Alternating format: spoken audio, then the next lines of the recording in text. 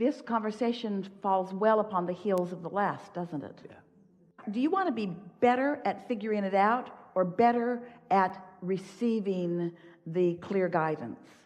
We really want to have this conversation because you all are, we love you so much.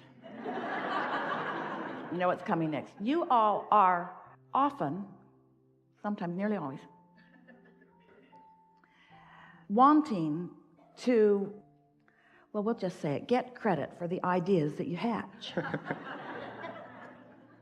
So that's why you say, I've got a great idea, instead of, ooh, I just received the best new amendment to an idea that's been in motion.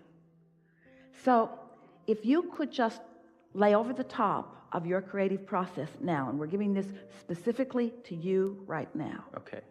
The understanding that we are all really in this together, and that you're proving nothing, but you're receiving with such clarity and such, as you said, momentum. Mm-hmm. And that's what the whole point of it is. It's not about getting there first, or it's not about getting there biggest. It's about being there to rendezvous and being the translator. It's like turning your receiver on. It's like the broadcast of what you've asked for and what you've created. So here's how it worked. You created it. It's done. It's in the vortex. And now it in its entirety is beaming a signal to you. You getting the signal? So when you start using words like, I'm now hearing, I'm now knowing, I'm now sensing, now you're more in the vibrational place that allows you to be in those receptive moments where the timing is just right. So if you can be unconditional in your awareness, evaluation of the co-creators who are coming, and trust that every single one of them has a piece of something for you, instead of trying to make them the whole enchilada, the whole big thing, don't drag them all home with you. Just let the universe deliver to you the co-creative properties. And in some cases, the momentum of them will be strong enough that you'll run together for a while. In some cases, it's just a momentary meeting where something about them lights something up in you and you light something up in them. See yourself as a receiver, receptor of inspiration, and just let the thrill of the ideas be what you're going for completely. Now, hear this. This is such a big piece. If we could convince you, and it won't take much because you're right there, if we can bring you all the way into knowing that what life always is just a series of more connects, instead of trying to make this connection the one that will take you all the way down the road into whatever you want. You hearing this? We're talking to you too. It's for the connection in this moment. It's for the feeling of this moment. It's the connection in this moment. In other words, you're just wanting to keep your receptors as receptive as they can be. That's co-creating at its best, you see. So when the co-creators come and you're playing with them and off of them, let it be that vibrational experience that you're having together. Sometimes you'll have an exchange with someone who will be a component that will cause you to activate something in yourself that is unlikely that you ever would have activated without them, and they don't even know the contribution they're making. Absolutely, yeah. And so you don't want to have to identify every piece that every co-creator is to you. That's why I want to bring you back to the understanding that it's already done, and it's beaming a signal, and you are receiving the signal about your path, a path that's always beneath your feet. So 100% of your work is to want to find the words so that you will never forget what your work is. 100% of your work is to enhance your receptivity. That's it. Get out of your own way. Enhance your receptivity, which means be as happy as you can be as rested as you can be having as much fun as you can have, feel as good as you can feel. You're wanting to enhance your receptivity. You're not trying to figure it all out. You're not trying to pick the best partners. The universe is picking them and sending them right to you in droves. You see? Just say yes. Just enhance your receptivity, and when it feels like a yes, say yes. Don't just say yes. When it feels like a yes, say yes. If the universe is sending it and you're in the receptive mode, it's a yes that nothing can keep you from. You see, the universe is sending it, but here's the thing. We want you to feel this more literal than you're feeling. We want you to feel all of us involved in the transmission, in the yes, yes, yes, yes. So when you're in the vicinity, you feel it too. If you don't feel it, it's not because we're not yesing.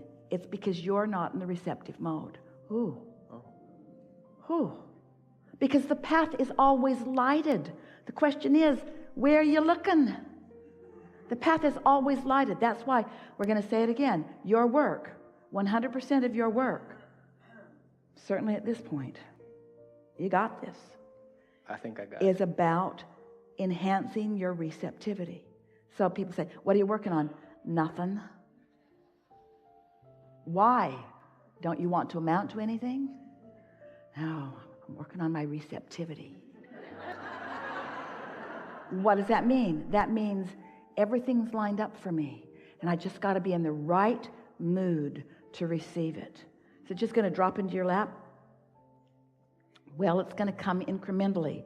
It's going to feel like excitement, and it's going to feel like an idea. It's going to just be a steady stream of incremental yeses, enough to keep me happy for the rest of this life experience.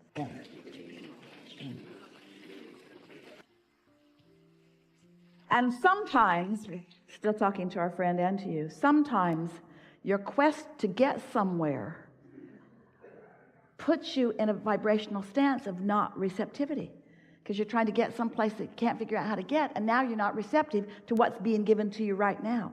The path is always there for you. There's never a moment that Source and those of us who are tending to your vortex say, he's not paying attention, let's go out to lunch. The path is always lighted for you, so that in any moment that you reach receptivity, you're going to feel it. You're going to know it. You're going to say, yes. Yes. When you understand that there's a vibrational reality that you are wanting to realize, so you are the translator of the vibration into the reality. And once you get that your job is that translation. Esther became receptive to us because she meditated for 9 months, quieted her mind, got rid of all resistance, allowed her vibration to raise, and then there we were. It's the same about everything. Receptivity. Be receptive to abundance. When you're receptive to abundance, the idea of abundance sounds good to you, not scary. It sounds simple and like flow, not hard. In other words, just practice yourself into feeling the receptivity of what you want. But you got to feel it before you can receive it. You got to get there before you can translate. We like this conversation. It's the peace that many of you have been looking for. It's a practical, applicable peace. Someone asked us the best question ever, because it gave us an opportunity to give our best answer ever. This person said, how do you get rid of fear? Or how do you get rid of doubt, was her word. How do you get rid of doubt? And we said, horrible answer. We said, you get rid of it before it starts, which is just totally annoying. Because if I've got it, how do I get rid of it? Well, you get rid of it before you got it. But there's such power in that answer, because once you have enough momentum going, because you've been receptive enough that you are translating something into thoughts that feel uncomfortable, there's usually enough momentum going that unless you catch it really early, trying to not think it is just going to cause you to think it all the more. There's a war against poverty, a war against drugs, and a war against crime, and a war against terrorism, and all of those wars are getting bigger and bigger and bigger and bigger, because that's the way law of attraction works. And so it's a better approach to acknowledge that when you sleep at night, momentum stops, and when you wake up in the morning, you can begin it where you want to, and that it's logical that you would begin it in this naturally high, pure, positive vibration. So if we were standing in your physical shoes, we wouldn't work too hard at trying to stop ourselves from, oh, I wasn't going to think about that. What? That thing that I keep thinking about. I'm not going to think about that anymore. What? That thing that I'm not going to think about anymore. Well, what thing? Well, I wasn't going to talk to you about it, but that thing that I keep thinking about. Well, I'll tell you a little bit about it. It's that. It's that thing. It's that thing. So you just don't want to think about that thing that you're thinking about. I'm not going to think about that thing that I'm thinking about, but that thing that you're thinking about that you don't want to think about just becomes an obsession after a little while, because law of attraction is a very responsive to vibration mechanism. And so rather than trying not to think about it, which for sure is going to cause you to think about it, you want to start your day with plenty of things that you are thinking about that feel good. You can become someone who just generally finds those good feeling things, but it takes a little practice. And the most important thing is, don't tense up about what you are thinking about. Look for the value in whatever thoughts are coming. Say to yourself things like, well, this must be my point of attraction, and I'm not sure right now whether it's a bad thing or a good thing that I'm receiving about this, but it's no big deal because I've got control over the thoughts that I think, and law of attraction is my friend, and I've got this guidance system, and it's no big deal. And just don't become fitful or too thoughtful about what you're thinking. In the early days, we called this gathering the science of deliberate creation. The science, because it's continuing to evolve, of deliberate, because you're doing it on purpose, creation, because you are the creator of your own reality and you can't stop no matter what. You just can't stop creating your own reality. But there was something about the science of deliberate creation. We said, you get what you think about whether you want it or not. And people loved that idea and then hated that idea. They got freaky about it. They would say things like, cancel, cancel, cancel. Cancel, cancel. Try to suck the thought back before law of attraction gets hold of it. And that was when we began talking about the art of allowing, which is the art of receptivity. The art of allowing what? The art of allowing your alignment with who you really are. The art of allowing your connection to who you really are. The art of allowing yourself to be the receiver of the ideas and inspiration and progress and momentum.